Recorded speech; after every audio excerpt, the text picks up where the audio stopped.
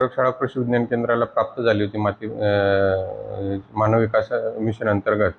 तर त्यामध्ये शासनाने 2 अटी टाकल्या होत्या की फिक्स अटी म्हणजे कॅपिटल आम्हाला देण्यात आलं माती परीक्षण, परंतु त्याच्यावरती जी तरतूद व्हायला हवी होती इंधनासाठी लागणारे जे रसायन आहेत माती परीक्षणाचे त्याच्यासाठी, आणि त्याला जे लागणारं मनुष्यबळ आहे म्हणजे तांत्रिक जो असिस्टंट असतो, तर तो देखील असिस्टंट या कार्यालयात उपलब्ध नसल्यामुळे ह्या फिरती माती परीक्षण प्रयोगशाळा ह्या कृषी विज्ञान केंद्राच्या माध्यमातून चालवणं आम्हाला शक्य झालं नाही.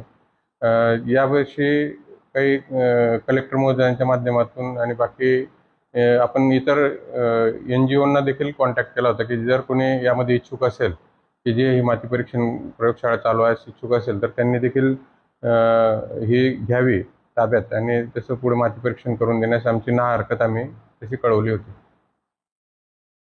2015 पासून बंद आहे.